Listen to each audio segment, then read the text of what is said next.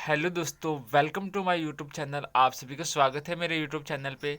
तो चलिए आज हम आपको बीएसटीसी सेकेंड ईयर और फर्स्ट ईयर के लिए विद्यालय अनुभव कार्यक्रम जो इंटर्नशिप में जो एक डायरी होती है उसको कैसे भरा जाता है उसके बारे में आपको आपके समक्ष हम जानकारी लेके आए हैं।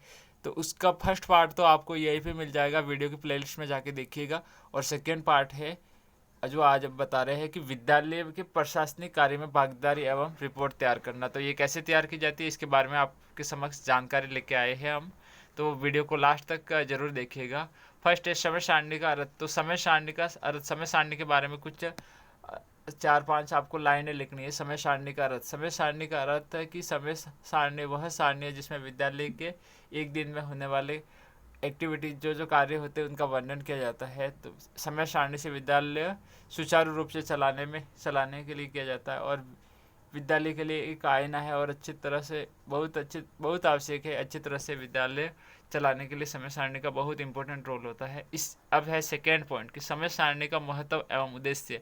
तो समय सारणी का क्या महत्व होता है और इनके क्या उद्देश्य है, इनसे रिलेटेड कुछ लाइनें लिखनी है। और नेक्स्ट है समय सारणी निर्माण के प्रमुख कौशल। इसके कौशल से संबंधित आपको लाइनें लिखनी है ऐसे कैसे। और नेक्स्ट आ जाएगा कि समय सारणी की प्रमुख सावधानियां। तो इनकी सावधानियां क्या क्या होती है उनको आपको नोट करना है। जैसे समय का ध्यान रखना चाहिए, प्रत्येक दो कालांश के बाद में कोई भी पानी पीने के लिए बच्चों को छुट्टी दे सकते हैं आप। तो ये बस लिखना है। कुछ एक और लाइनें लिखनी है समय सारणी की प्रमुख सावधानियों में। आपके द्वारा सीखे गए समय सारणी का प्रारूप। तो आपने क्या, आपके द्वारा सीखे गए समय सारणी का प्रारूप है जो आपको यहाँ पे कुछ लाइनें नोट करनी है।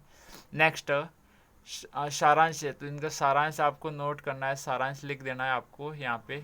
इनसे रिलेटेड आपको आप सारांश को नोट कर दीजिएगा।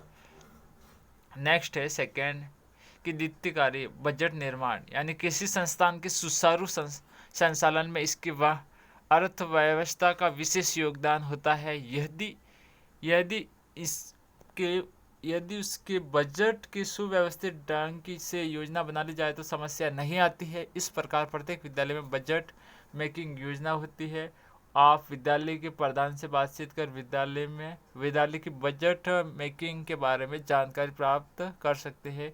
इस विद्यालय की रिपोर्ट निम्नलिखित प्रारूप में बना सकते हैं। तो बजट निर्माण का अर्थ, इसके बारे में आपको ये लाइनें जो लिखी हुई है ऐसे कैसे लिख देनी है।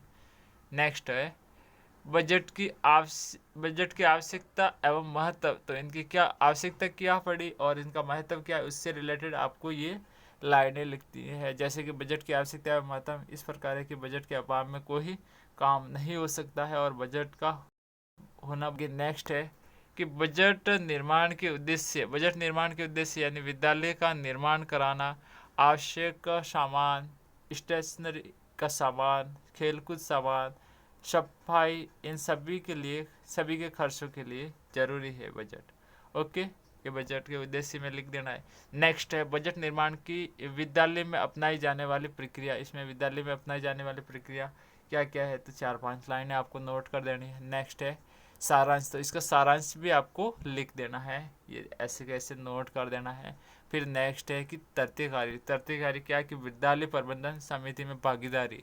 तो प्रत्येक शाला प्रधान अपने विद्यालय के विभिन्न कार्यों को सुचारू रूप से संचालित करने के लिए प्रबंधन समिति का गठन करता है जिसका वह स्वयं संयोजक होता है। विद्यालय के अन्य साथी अध्यापक उनके सदस्य होते हैं। सलाह प्रदान से बातचीत कर इस समिति की प्रणाली के बारे में जानकारी लिखनी है। तो आइए अपन देखते हैं इसके बारे में जानकारी कि विद्यालय प्रबंधन का अर्थ।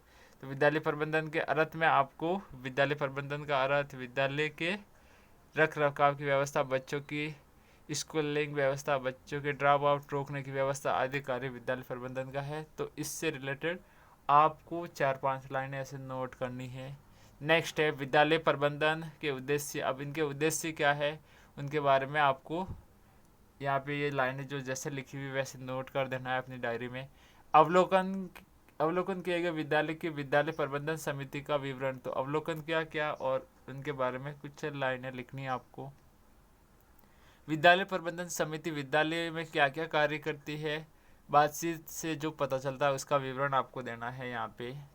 2-3 लाइनों में दे देना यहाँ पे विवरण।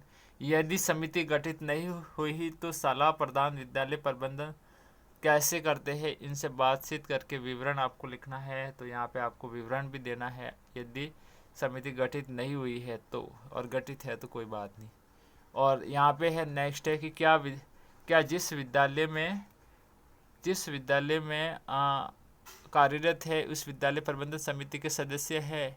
यदि हाँ तो इसके बारे में कुछ लिखना है, और नहीं तो यहाँ पे कुछ लाइनें लिखनी है। और क्या जिस विद्यालय में इंटर्नशिप कर रहे हैं उस विद्यालय में यदि विद्यालय प्रबंधन समिति कार्यरत नहीं है तो आप उसका गठन करवाकर उसके सक्रिय सदस्य बनकर इंटर्नशिप के समय काल के दौरान इस समिति में क्या कार्य करेगी उनका विवरण देना है। तो विद्यालय में पूर्व में ही ये समिति गठित है।